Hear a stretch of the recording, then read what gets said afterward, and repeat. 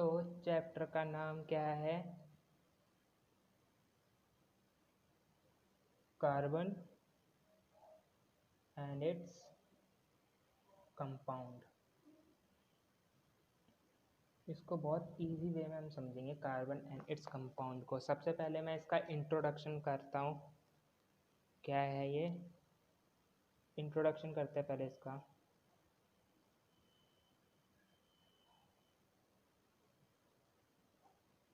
तो कार्बन का जो सिंबल होता है बेसिकली वो सी होता है। कार्बन का जो सिंबल होता है वो सी होता है। इसका एटॉमिक नंबर जो होता है, एटॉमिक नंबर वो 6 होता है। ठीक है। एटॉमिक मास इसका 12 हो जाएगा, 12। अगर मैं इसकी इलेक्ट्रॉनिक कॉन्फ़िगरेशन करूं तो कितनी होगी इसकी इलेक्ट्रॉनिक? अगर मैं कॉन्फ़िगरेशन करूं तो जैसे कि मैंने बताया एटॉमिक नंबर 6 होता है इसका। एटॉमिक नंबर 6 होता है इसका। तो अगर मैं इलेक्ट्रॉनिक कॉन्फ़िगरेशन करूंगा तो ऐसे ही होता है K L M N, ऊपर ये सब लिखे रहते हैं, वैलेंस शेल होते हैं इनके ये। तो मैं 6 एटॉमिक नंबर्स में मतलब इलेक्ट्रॉनिक कॉन्फ़िगरेशन करूँगा तो कितना होगा? पहले शेल में सिर्फ 2 भरे जाएंगे, 2। फिर एल शेल में कितने भरूँगा? अभी 4 की कमी है तो 4 लिख दूंगा यहाँ पे। तो कितना हो गया? 6 हो गया। तो ये 6 इलेक्ट्रॉन जो इलेक्ट्रॉनिक कॉन्फ़िगरेशन है जो है इसकी 2,4 हो जाएगी। ठीक है। तो ये तो बेसिक सा इंट्रोडक्शन था इसका। अब कुछ प्रॉपर्टी समझते हैं कार्बन की। प्रॉपर्टीज ऑफ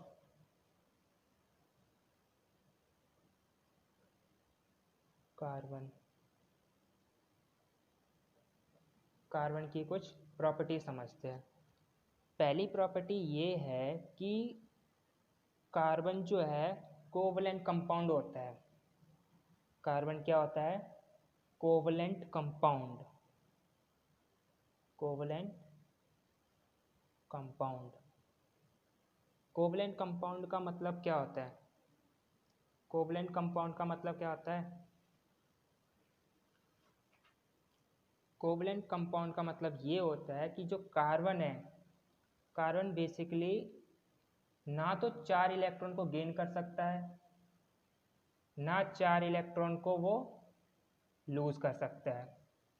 4 इलेक्ट्रॉन को गेन क्यों नहीं कर सकता? क्योंकि अगर उसने 4 इलेक्ट्रॉन गेन कर लिए तो बहुत डिफ़िकल्ट होता है न्यूक्लियस को 10 नेगेटिव यूनिट को होल्ड करना। वो 10 नेगेटिव यूनिट को होल्ड नहीं कर सकता। वो जो न्यूक्लियस है वो 10 नेगेटिव यूनिट को होल्ड नहीं कर सकता। ठीक है। तो यहाँ पे मैं लिख देता हूँ, जो कार्बन है, carbon atom does not gain 4 electrons because it would be difficult for nucleus to hold 10 negative unit charge। तो वो अगर 4 इलेक्ट्रॉन को गेन करता है तो वो जो न्यूक्लियस है कार्बन का वो भाई 10 यूनिट का चार्ज कैसे होल्ड कर सकता है वो? ठीक है ना। Carbon atom does not lose 4 electron. अब वो 4 इलेक्ट्रॉन लूज भी नहीं कर सकता। क्यों? क्योंकि it would be required large amount of energy. अगर उसको 4 इलेक्ट्रॉन लूज करने होंगे तो उसको 4 इलेक्ट्रॉन अगर वो लूज करता है तो उसको बहुत ज़्यादा अमाउंट ऑफ एनर्जी चाहिए होगी लूज करने के लिए, तभी वो लूज कर पाएगा, अदरवाइज नहीं लूज कर पाएगा। समझ में आई? तो कार्बन एटम जो है 4 इलेक्ट्रॉन को लूज भी नहीं कर सकता। क्यों नहीं कर सकता? क्योंकि उसको ये 4 इलेक्ट्रॉन लूज करने के लिए हाई पावर ऑफ एनर्जी चाहिए होगी। लार्ज अमाउंट ऑफ एनर्जी चाहिए होगी उसको लूज करने के लिए, ठीक है। तो उसको क्यों नहीं, so it would be required large amount of energy, उसे बहुत ज़्यादा एनर्जी चाहिए होगी अगर वो 4 इलेक्ट्रॉन लूज करेगा। इसलिए वो जो कार्बन है वो सिर्फ और सिर्फ इलेक्ट्रॉन को शेयर कर सकता है। क्या कर सकता है? सिर्फ और सिर्फ शेयर कर सकता है, ना तो 4 इलेक्ट्रॉन को गेन कर सकता है। गेन करेगा तो न्यूक्लियस को 10 नेगेटिव में 10 यूनिट चार्ज को उसको होल्ड करना पड़ेगा, जो कि बहुत डिफिकल्ट है। और ना तो वो 4 इलेक्ट्रॉन को लूज कर सकता है, लूज करेगा तो उसको ज़्यादा अमाउंट ऑफ एनर्जी चाहिए। तो ना तो वो गेन कर सकता है ना वो लूज कर सकता है, वो सिर्फ और सिर्फ शेयर कर सकता है। क्या कर सकता है? कार्बन सिर्फ और सिर्फ शेयर कर सकता है। इसलिए जो कार्बन है वो कोवलेंट कंपाउंड ही फॉर्म करता है। कार्बन जो है वो सिर्फ और सिर्फ covalent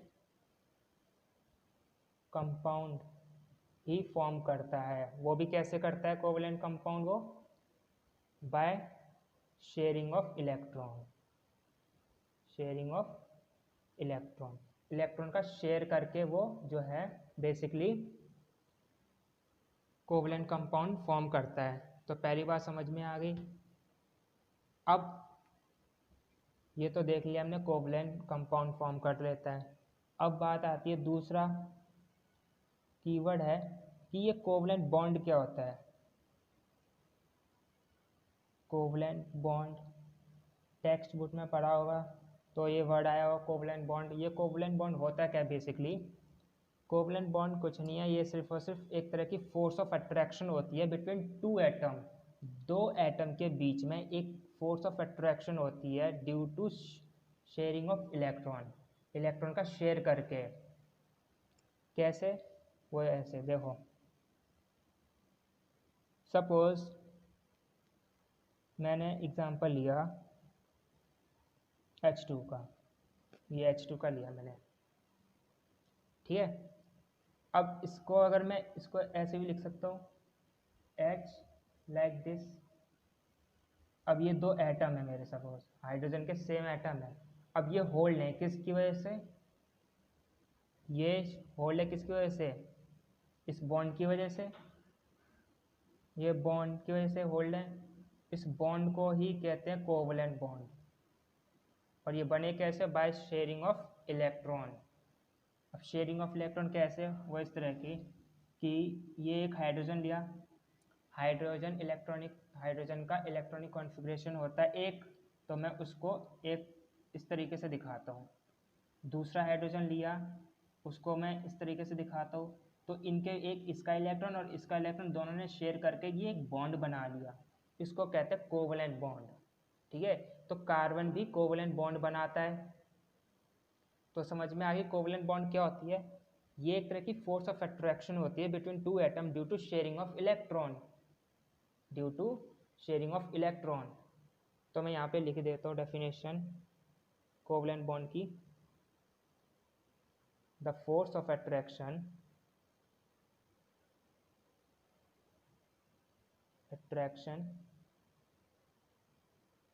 between two atom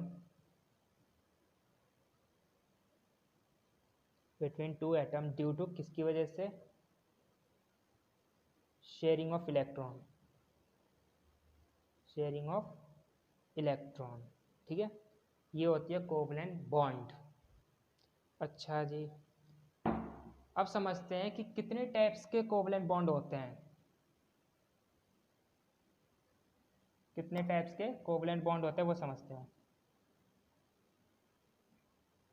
types of covalent bond, इसको समझते हैं कि कितने टाइप्स के कोवलेंट होते हैं। तो बेसिकली जो कोवलेंट बॉन्ड होते हैं वो तीन होते हैं।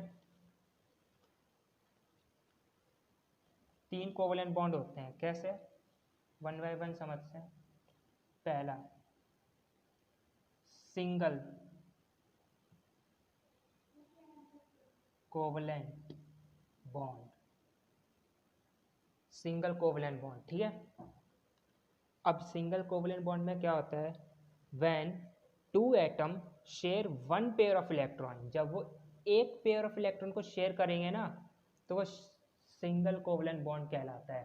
कैसे, वो देखो, पहले मैं लिख देता हूँ यहाँ पे, when to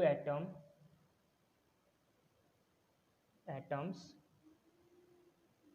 share one pair of electron, one pair of electron, उसको कहते हैं सिंगल कोवलेंट बॉन्ड।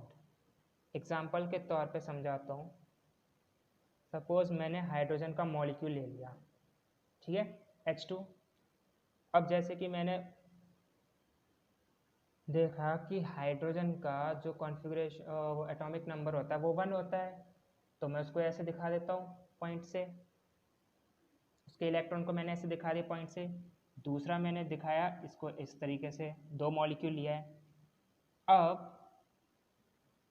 ये कैसे बॉन्ड बनाते पता है, इसका तो इलेक्ट्रॉन है ही, ये इसका इलेक्ट्रॉन को भी ले लेता है इस तरीके से, इस तरीके से शेयर करता है ये पेयर ऑफ इलेक्ट्रॉन। अब ये हाइड्रोजन का क्या है, ये इसका तो ऑलरेडी है, ये इस वाले का इलेक्ट्रॉन को शेयर करता है इस तरीके से। तो ये शेयरिंग ऑफ इलेक्ट्रॉन जो बनती है ना, इससे ही ये बॉन्ड बनता है, लाइक दिस कोवलेंट बॉन्ड, ये देखो इस तरीके से, ठीक है। ये है single covalent bond, covalent bond, समझ में आ रहा होगा। ये तो सिंगल की बात थी। अब डबल में देखते हैं, डबल कोवलेंट बॉन्ड, ये एकदम बेसिक है एकदम। डबल कोवलेंट बॉन्ड में क्या होता है, when two atoms share two pair of electron, कितने pair of electron, 2 pair of electron. Single में 1 पेयर ऑफ इलेक्ट्रॉन था, इसमें 2 पेयर ऑफ इलेक्ट्रॉन होता है। यहाँ पे लिख देता हूँ, when two atom share 2 pair of electron, 2 pairs of electron, ठीक है। अब इसका एग्जांपल लेते हैं अच्छा सा। इसके एग्जांपल मैं लेता हूँ ऑक्सीजन, O2 मॉलिक्यूल लिया इसका मैंने, O2 का मॉलिक्यूल ले लिया मैंने इसका, ठीक है। अब मुझे ये बताओ कि ऑक्सीजन का इलेक्ट्रॉनिक कॉन्फ़िगरेशन कितना होता है। पहले तो ये होता है एटॉमिक नंबर कितना होता है ऑक्सीजन का, ऑक्सीजन का एटॉमिक नंबर बेसिकली 8 होता है। इलेक्ट्रॉनिक कॉन्फ़िगरेशन करूँगा तो 2,6 हो जाएगा इसका। तो आउटर मोस्ट शेल में इसके 6 इलेक्ट्रॉन है, तो हम 6 इलेक्ट्रॉन यहाँ बनाते ज़रा पहले। तो सपोज़ ये मैंने ऑक्सीजन लिया यहाँ पे, अब मैं इसको एक ऑक्सीजन के एटम को मैं क्रॉस से रिप्रेजेंट करता हूँ, ऐसे उसके इलेक्ट्रॉन को, ये 2 3 4 5 और ये 6, ये बना दिया। दूसरे वाले ऑक्सीजन को मैं डॉट से दिखाता हूँ, 1 2 3 4 5 6, ये बना दिया। अब जैसे कि मैंने बोला ये डबल कोवलेंट बॉन्ड होता है, तो ये 2 पेयर ऑफ इलेक्ट्रॉन शेयर करेगा। इसमें 1 पेयर कर रहा था, इस वाले में 1 पेयर कर रहा था, इसमें 2 करेगा। कैसे करेगा वो देखो। सबसे पहले तो ये क्या करेगा, जो पहले एक एक करके दिखाता हूँ, ये इसका इलेक्ट्रॉन और ये इसका इलेक्ट्रॉन लेगा, ये इसका इलेक्ट्रॉन और ये इसका इलेक्ट्रॉन ये भी लेगा। तो पहले इसने बॉन्ड बनाया इसके साथ, इसने इसके साथ बनाया बॉन्ड, तो ये दोनों अभी 6 हैं इसके, अब इसका ऑक्टेट कंप्लीट नहीं है, तो ये शेयर करेगा, पहले 2 इलेक्ट्रॉन को शेयर करेगा इसके साथ, तो ये इसके 2 इलेक्ट्रॉन शेयर करके इसने बॉन्ड बनाया, तो ये इसके अब कितने हो गए, इसकी ऑक्टेट तो कंप्लीट हो गई। यहाँ देखो 6 और ये 7 8 होगी ना ऑक्टेट कंप्लीट इसकी। इसी तरह ये वाला ऑक्सीजन भी, इसके 6 इलेक्ट्रॉन है, इसने इसके साथ बॉन्ड बनाया, इसने इसके साथ बॉन्ड बनाया, तो इसने इसके ले लिए 2 इलेक्ट्रॉन, इसने भी अपनी ऑक्टेट कंप्लीट कर ली। तो ये होती है डबल कोवलेंट बॉन्ड, जिसमें 2 पेयर ऑफ इलेक्ट्रॉन की शेयरिंग होती है। एक और ये दूसरी, ठीक है। अब तीसरा देखो, बस 3 टाइप्स के होते हैं। ये होता है triple covalent bond. Triple covalent bond में किस तरह की होगी ये तो पता ही होगी। अब इसमें 3 पेयर ऑफ इलेक्ट्रॉन की शेयरिंग होगी। When 2 atom share 3 pairs of electron, ठीक है। इसमें 3 पेयर ऑफ इलेक्ट्रॉन की शेयरिंग होती है। कैसे? फॉर एग्जाम्पल मैंने ले लिया नाइट्रोजन, इस बार नाइट्रोजन लिया। नाइट्रोजन का एटॉमिक नंबर कितना होता है? 7 होता है। नाइट्रोजन का एटॉमिक नंबर कितना होता है? एटॉमिक नंबर कितना होता है? 7 होता है। इलेक्ट्रॉनिक कॉन्फ़िगरेशन करेंगे तो इसके अकॉर्डिंग कितना हो जाएगा? 2,5। तो आउटर मोस्ट शेल में इसके कितने इलेक्ट्रॉन है? 5 इलेक्ट्रॉन है। 5 इलेक्ट्रॉन बनाते जरा, तो एक को रिप्रेजेंट कर देता हूँ ऐसे, 1 2 3 4 5। एक को मैंने क्रॉस से रिप्रेजेंट करा, दूसरे को मैं डॉट से करूँगा। 1 2 3 4 5। कहीं पे ही बना सकते हो इसको कोई दिक्कत नहीं है, कि ज़रूरी नहीं है कि यहीं पे ही बनाओ, मर्जी है तुम्हारी। तो सबसे पहले लिखा है कि 3 पेयर ऑफ इलेक्ट्रॉन शेयर करेगा, तो सबसे पहले 3 कर देते हैं। इसने इसके साथ बनाया, इसने इसके साथ बॉन्ड बनाया, इसने इसके साथ बॉन्ड बनाया, ठीक है। अब इसके कितने इलेक्ट्रॉन हैं? 5 6 7 8। अब इसकी ऑक्टेट अभी तो कंप्लीट नहीं है, इसने इसके साथ बॉन्ड बना लिया, तो इसने अपनी ऑक्टेट अब कंप्लीट कर ली ना, कर ली पूरी। देखो 1 2 3 4 5 6 7 8 बना ली ऑक्टेट, इसने कंप्लीट कर ली। सेम इस नाइट्रोजन ने भी कर ली इसके साथ बॉन्ड बना के, लाइक दिस। तो इसने ये ट्रिपल बॉन्ड बना लिया इस तरीके से। नाइट्रोजन हमेशा ट्रिपल बॉन्ड बनाता है, ठीक है। अब ये तो कंप्लीट हो गया कि कितने टाइप के कोवलेंट बॉन्ड होते हैं। अब मैं कुछ कैरेक्टरिस्टिक्स बताऊंगा कि कोवलेंट बॉन्ड के, ठीक है। यहाँ पे लिख देता हूँ characteristics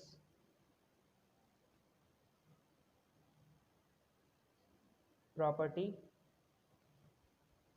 of covalent bond compound. Covalent compound की कुछ कैरेक्टरिस्टिक्स प्रॉपर्टी बताता हूँ क्या है, ठीक है। पहली प्रॉपर्टी लिखो कि जो कोवलेंट कंपाउंड होते हैं ये पुअर कंडक्टर ऑफ इलेक्ट्रिसिटी होते हैं। क्यों? Because they do not have free electron और आयंस। इनके पास कोई भी फ्री इलेक्ट्रॉन्स या आयंस नहीं होते हैं। किसके पास? कोवलेंट कंपाउंड के पास। पहला क्या है पॉइंट इसका कि ये पुअर कंडक्टर होते हैं इलेक्ट्रिसिटी के, पुअर कंडक्टर ऑफ इलेक्ट्रिसिटी। क्यों? Because they do not have free electrons. इनके पास फ्री इलेक्ट्रॉन्स नहीं होते हैं, जिसकी वजह से ये क्या होते हैं? पुअर कंडक्टर होते हैं। फ्री इलेक्ट्रॉन्स भी नहीं होते या फिर कोई आयंस भी नहीं होते इनके पास।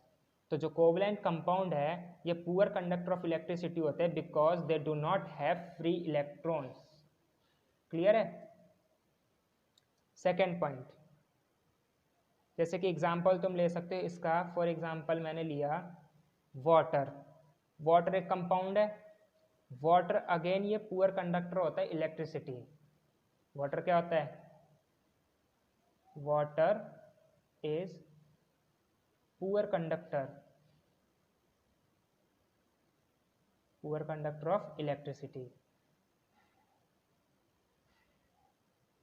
वाटर जो होता है ये पुअर कंडक्टर होता है इलेक्ट्रिसिटी का। तो ये मैंने पहला पॉइंट क्लियर कर दिया कि जो कोवलेंट कंपाउंड है ये पुअर कंडक्टर ऑफ इलेक्ट्रिसिटी होता है क्योंकि इसके पास फ्री इलेक्ट्रॉन्स नहीं होते हैं या फिर कोई आयंस भी नहीं होते हैं, ठीक है। सेकेंड पॉइंट समझाता हूँ।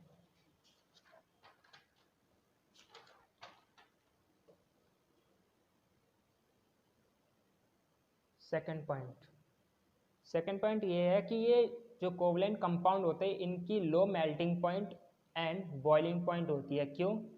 क्योंकि इनके बीच में जो इंटरमॉलिक्यूलर फोर्स होती है वो बहुत ज़्यादा वीक होती है, ठीक है ना।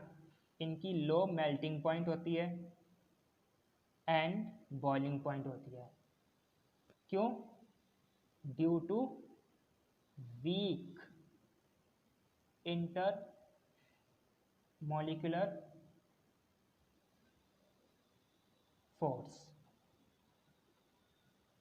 ये इसका सेकंड पॉइंट है कि इनकी लो मेल्टिंग पॉइंट होती है, बॉइलिंग पॉइंट भी इनका लो होता है क्योंकि इंटरमॉलिक्यूलर फोर्स जो इनके बीच में जो बॉन्ड में बनती है बहुत ज़्यादा वीक होती है। दैट्स वाई इनकी जो मेल्टिंग पॉइंट और बॉइलिंग पॉइंट लो होती है। क्लियर है? अब एक इम्पोर्टेंट क्वेश्चन है वो लिख लो। इम्पोर्टेंट क्वेश्चन पूछा जाएगा कि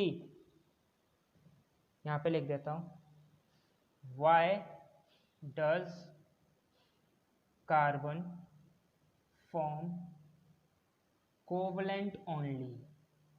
वो कोवलेंट ही क्यों फॉर्म करता है? Why does not carbon not form ionic compound? Ionic compound क्यों नहीं फॉर्म करता है? Why does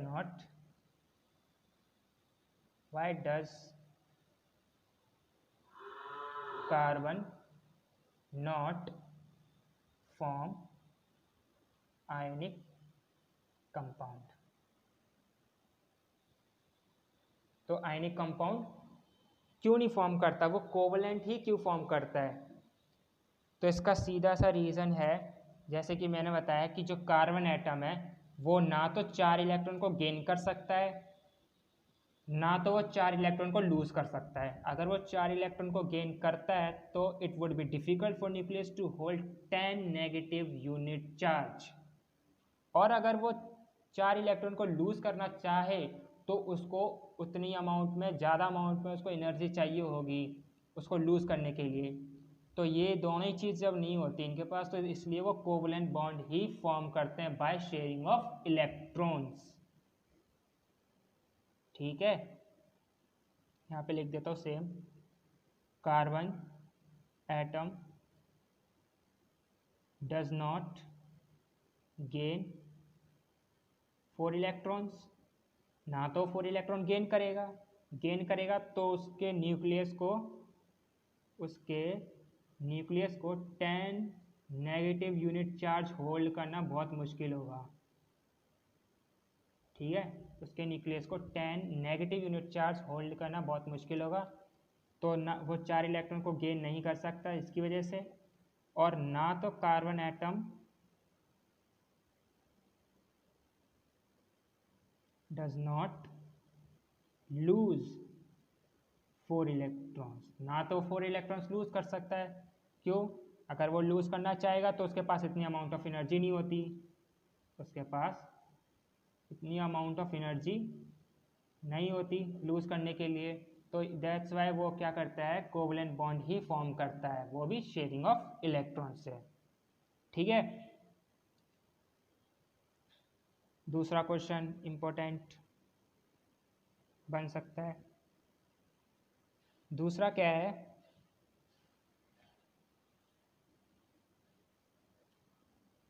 why does carbon form large number of compound? Why does carbon form large number of compound? जो carbon है वो large number of compound कैसे form करता है और क्यों फॉर्म करता है?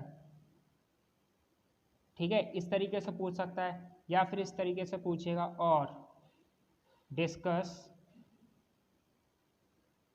द यूनिक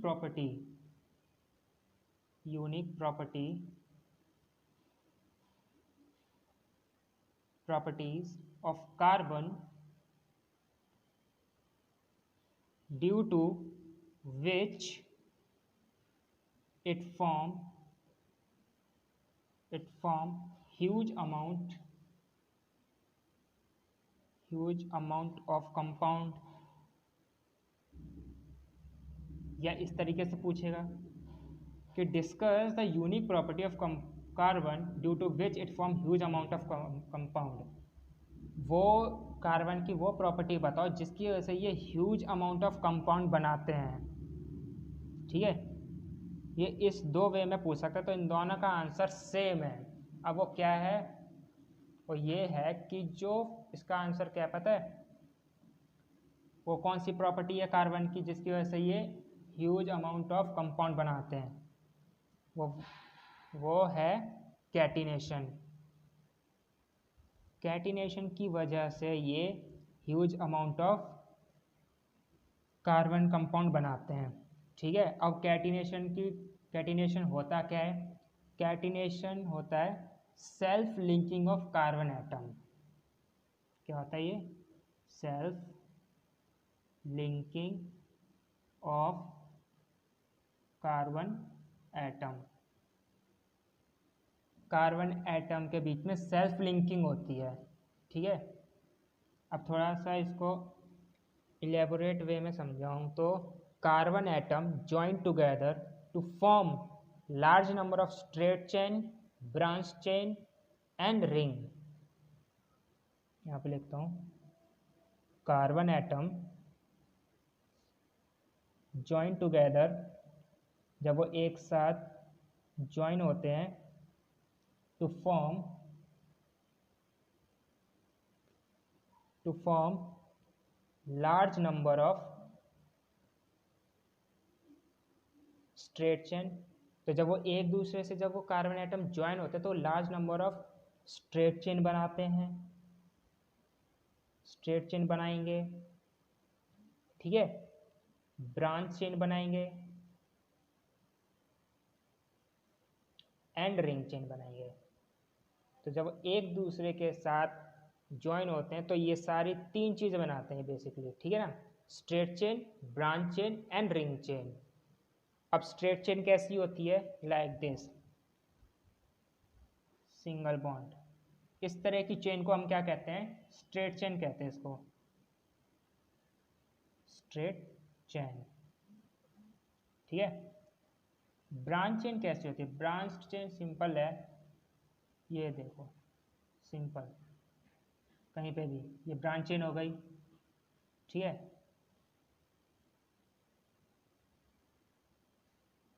ये होगी ब्रांच चेन।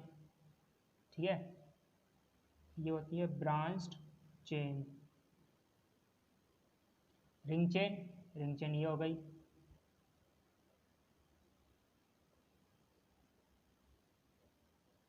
ये हो गई रिंग चेन, मतलब क्लोज होना चाहिए, ये नहीं ओपन कर दिया तो रिंग चेन बना दी, क्लोज होनी चाहिए ये पूरा, तो वो रिंग चेन कहलाता है, रिंग चेन। ठीक है,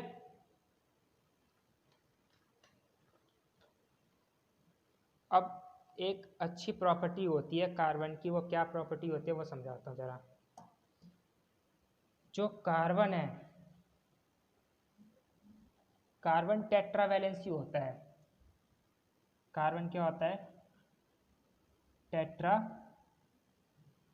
होता है। टेट्रावैलेंसी मतलब कि वो कार्बन की, जैसे कि मैंने बताया कॉन्फ़िगरेशन 6 होता है उसका, अगर इलेक्ट्रॉनिक कॉन्फ़िगरेशन करते हैं, एटॉमिक नंबर 6 होता है, अगर उसका इलेक्ट्रॉनिक कॉन्फ़िगरेशन करते हैं तो 2,4 होगा, जिसके लास्ट वैलेंस शेल में इसके 4 इलेक्ट्रॉन होते हैं। ठीक है ना, 4 इलेक्ट्रॉन होते हैं ये।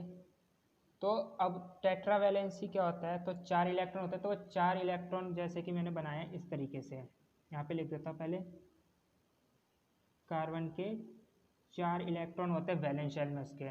ठीक है, तो वो अपने इलेक्ट्रॉन को, वो सिर्फ टेट्रावैलेंसी का मतलब होता है कि वो अपनी 4 इलेक्ट्रॉन से ही सिर्फ 4 बॉन्ड बनाएगा, लाइक दिस, इससे ज़्यादा बॉन्ड नहीं बना सकता ये, उसको कहता है टेट्रावैलेंसी।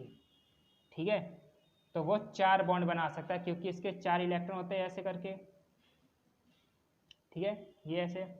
अब सपोज मैं अगर यहाँ पे 4 हाइड्रोजन जोड़ना चाहूँगा, 4 हाइड्रोजन मैंने जोड़े, तो इसको, ये सारे हाइड्रोजन इनके पास एक एक इलेक्ट्रॉन होगा, तो ये एक एक इलेक्ट्रॉन बन के इधर बॉन्ड बनाएंगे।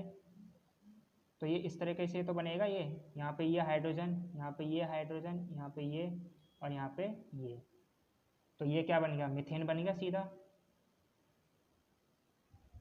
CH4। इसको समझा तो कैसे हो, देखो यहाँ पर सपोज ये मैंने कार्बन के ले लिए, 4 इलेक्ट्रॉन होते हैं इसके वैलेंस शेल में, ये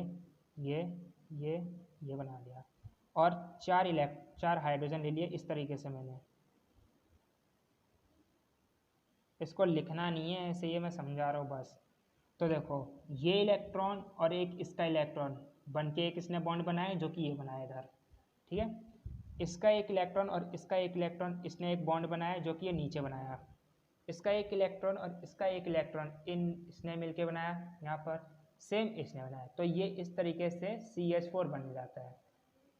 तो यही बात समझा रहा हूँ कि टेट्रा वैलेंसी जो होता है वो 4 बॉन्ड ही बनाता है, इससे ज़्यादा बॉन्ड नहीं बना सकता वो, तभी तो नाम बोला टेट्रा वैलेंसी, सिंपल, ठीक है।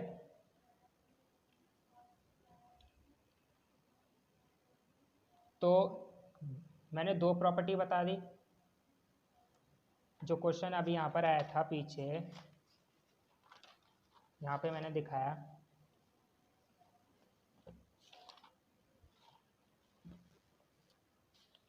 ये यहाँ पे क्वेश्चन दिखाया था मैंने अभी कि why does carbon form large number of compound, क्यों फॉर्म करता है लार्ज नंबर ऑफ कंपाउंड। तो पहली प्रॉपर्टी समझ में आई, क्यों, क्योंकि कैटिनेशन की वजह से फॉर्म करता है। दूसरी प्रॉपर्टी मैंने यहाँ पे बताई कि वो टेट्रावैलेंसी की वजह से इतने मतलब कंपाउंड बनाता है, क्योंकि वो सिर्फ और सिर्फ 4 बॉन्ड ही बना सकता है, तो 4 बॉन्ड करके बहुत सारी लंबी चेन बना देता है, ठीक है। तीसरी प्रॉपर्टी क्या है इसकी, formation of isomers, formation of isomers. अब आइसोमर्स नहीं पता होगा क्या होगा, आइसोमर्स होता है, isomers are the organic compound, ये वो ऑर्गेनिक कंपाउंड होते हैं जिनका मॉलिक्यूलर फॉर्मूला सेम होता है बट स्ट्रक्चर फॉर्मूला जो होता है वो डिफरेंट होता है। क्या होता है, मॉलिक्यूलर फॉर्मूला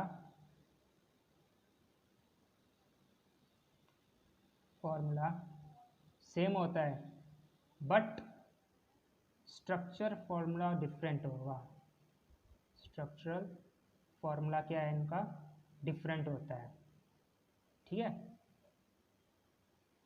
तो उस ऑर्गेनिक कंपाउंड को कहते हैं आइसोमर्स, सिंपल सा। अब इसकी डिटेलिंग करेंगे आगे, अभी तो सिर्फ और ये इसकी प्रॉपर्टी बताई है कि ये आइसोमर्स फॉर्म करता है, इसकी वजह से लंबी चेन बनाता है, ठीक है। तो ये 3 प्रॉपर्टी लिख देना अगर पूछी जाए तो, बाकी तो इजी है, कोई हार्ड तो है नहीं। फिर आता है आपका टॉपिक हाइड्रोकार्बन, हाइड्रोकार्बन। अब नाम से ही पता चल रहा है, हाइड्रो मतलब हाइड्रोजन, कार्बन तो कार्बन ही है। तो हाइड्रोकार्बन क्या होता है, हाइड्रोकार्बन ये वो कंपाउंड होते हैं जो हाइड्रोजन और कार्बन से बनते हो। किससे बनते हो, हाइड्रोजन और कार्बन से। So hydrocarbons are the compound of hydrogen and carbon.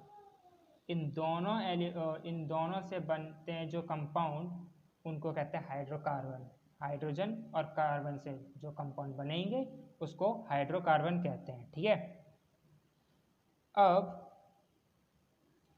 एक MCQs के तौर पे पूछ लेता है बोर्ड वाला, मतलब एग्जामिनेशन में पूछता है कि हाइड्रोकार्बन के मेन सोर्स क्या होते हैं, हाइड्रोकार्बन के मेन सोर्स क्या होते हैं। तो हाइड्रोकार्बन के मेन सोर्स क्या हैं, एक तो पेट्रोलियम होता है। अब पेट्रोलियम का स्ट्रक्चर देखो बहुत लंबा होता है, तो वो किसकी वजह से होता है, हाइड्रोजन और कार्बन की वजह से, ठीक है। तो एक तो पेट्रोलियम हो गया और एक नेचुरल गैस हो गई, नेचुरल गैस। तो अगर मेन सोर्स अगर पूछें हाइड्रोजन के सोर्स क्या होते हैं तो पेट्रोलियम और नेचुरल गैस, ये लिख देना उसमें, ठीक है। अब आ जाओ थोड़ा इसको इलेबोरेट करते हैं हाइड्रोकार्बन को जरा। हाइड्रोकार्बन, अब देखो हाइड्रोकार्बन बेसिकली दो तरीके से बन सकते हैं। एक तो एलिफेटिक, एलिफेटिक एलिफेटिक कुछ नहीं है एलिफेटिक में, एलिफेटिक बना सकता है। और एक होता है एरोमेटिक। अभी दोनों वर्ड के मतलब बताऊंगा क्या होते हैं। एलिफेटिक मतलब होता है असाइक्लिक, एसाइक्लिक बोल सकते हो, एसाइक्लिक। एरोमेटिक होता है साइक्लिक, ठीक है। या एरोमेटिक में जैसे कि आ सकती है तुम्हारी इस तरह की बेंजीन रिंग आ सकती है, ये तो ये साइक्लिक है पूरी, ओपन तो है नहीं कहीं से, तो ये साइक्लिक है, इसको हम एरोमेटिक बोल सकते हैं। एरोमेटिक मतलब एक तरीके से हो सकता है रिंग टाइप स्ट्रक्चर जो साइक्लिक हो, ठीक है। एसाइक्लिक जो तुम्हारी ओपन स्ट्रक्चर हो, लाइक देख सपोज मैंने एग्जांपल लिया एलिफेटिक का CH3 CH2 CH2 CH3, इस तरीके से बना दिया मैंने, ये हो जाती है एलिफेटिक जो कि ओपन है, एक चेन की तरह की है, उसको कहते हैं एलिफेटिक। अब ये साइक्लिक तो दिख नहीं रही होगी, ठीक है, तो ये एक एसाइक्लिक है। फिर एसाइक्लिक के भी कुछ फर्दर इसमें डिवाइड कर रखा है कि जो एलिफेटिक होता है बेसिकली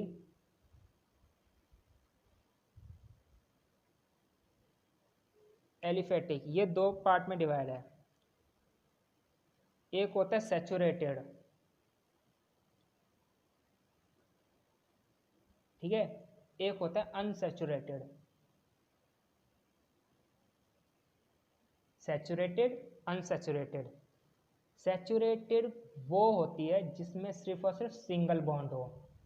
सिंगल बॉन्ड से जितने भी कंपाउंड बने होंगे वो तुम्हारे सैचुरेटेड होंगे। जैसे कि जितने भी एल्केन्स होते हैं वो सारे सैचुरेटेड कंपाउंड होते हैं, ठीक है। अनसैचुरेटेड वो जिसमें डबल बॉन्ड हो या उसमें ट्रिपल बॉन्ड हो, तो डबल बॉन्ड और ट्रिपल बॉन्ड को अनसैचुरेटेड कहते हैं। जैसे कि इसमें एग्जांपल आ जाएगा तुम्हारा एल्केन्स, इसमें आ जाता है तुम्हारा एल्कीन्स जिसमें डबल बॉन्ड होता है, एल्काइंस जिसमें ट्रिपल बॉन्ड होता है, ठीक है। तो सैचुरेटेड में सिर्फ एल्केन आएगा, और ये जो होते हैं सैचुरेटेड वाले जितने भी कंपाउंड होते हैं ये बहुत ज़्यादा स्टेबल कंपाउंड होते हैं, ये बहुत ज़्यादा स्टेबल कंपाउंड होते हैं। क्यों? क्योंकि इनमें सिंगल बॉन्ड कंटेन होता है। ये जो हैं ये ज़्यादा स्टेबल नहीं होते क्योंकि इनमें एक तो सिग्मा बॉन्ड होता है और एक पाई बॉन्ड होता है। ये जो पाई बॉन्ड होते हैं बहुत लूजली बॉन्ड होते हैं, ये बहुत जल्दी ना टूट जाते हैं, लूजली बॉन्ड होते हैं, इसकी वजह से ये ज़्यादा स्टेबल नहीं होते हैं, ठीक है। ये वैसे थोड़ा हाईएस्ट स्टैंडर्ड का है, इसलिए इतना ही समझो कि इसमें डबल बॉन्ड है, इसमें ट्रिपल बॉन्ड है, तो ये ज़्यादा स्टेबल नहीं होते हैं। ये सिर्फ और सिर्फ ज़्यादा स्टेबल नहीं होते, ये ज़्यादा स्टेबल होते हैं सैचुरेटेड, अनसैचुरेटेड इतना स्टेबल नहीं होते हैं, ठीक है। तो बाकी के अब जैसे ऑर्गेनिक मैं बता दूँ,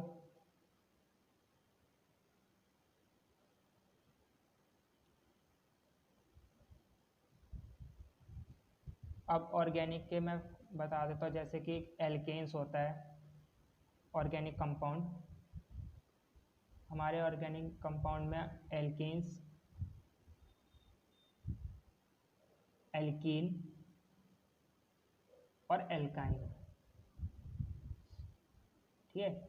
इनके जो है बेसिकली मैं बता देता हूँ आज, इनके मतलब बॉन्ड बता देता हूँ कितने बॉन्ड होते हैं, इनका फॉर्मूला बता देता हूँ, बाकी जो इनकी क्लासिफिकेशन है या फिर नॉमेनक्लेचर है वो सारी कल डिस्कस करूँगा। तो एल्केन्स में तुम्हारा फॉर्मूला आ जाता है CnH2n+2, ये एल्केन का फॉर्मूला है, इसी से ही सारे कंपाउंड बनेंगे। वेयर n की जगह तुम रखोगे 1 2 3 4 5 एनीथिंग, कुछ भी रख सकते हो। फॉर एग्जांपल मैंने कार्बन रखा 1, सपोज मैंने n = 1 ले लिया, चलो n=1 लूँगा तो इस वाले फॉर्मूले में पुट करो n की जगह 1, तो ये बन जाएगा कुछ इस तरीके से, कार्बन 1 और हाइड्रोजन कितने हैं इसमें 1 और 2 2 कितने हो जाए 4 हो जाएंगे। तो ये क्या बन गया CH4 एक तरीके से, जिसका क्या नाम होता है मीथेन। ठीक है, मीथेन होता है। वही मैं n की जगह अगर 2 पुट करता हूँ तो ये C2 मीथेन कैसे आया ये, क्योंकि कार्बन इसमें कितने हैं 1 है, तो 1 के हिसाब से मीथेन आता है। और 2 लिया तो ये H 2 से मल्टीप्लाई करेंगे 4 और ये 5 6 बन गया। ये क्या बन गया इथेन। हाइड्रोजन पे ज़्यादा दिमाग नहीं लगाना, सीधा सीधा कार्बन पे देखना है कि कार्बन कितने हैं। कार्बन 2 हैं तो इथेन। ठीक है, बाकी कल और डिस्कस करूँगा कि methane, ethane, propane, butane, pentane, hexane, heptane ये क्या होते हैं, ये सारे मैं कल डिस्कस करूँगा, वो भी डिटेल में।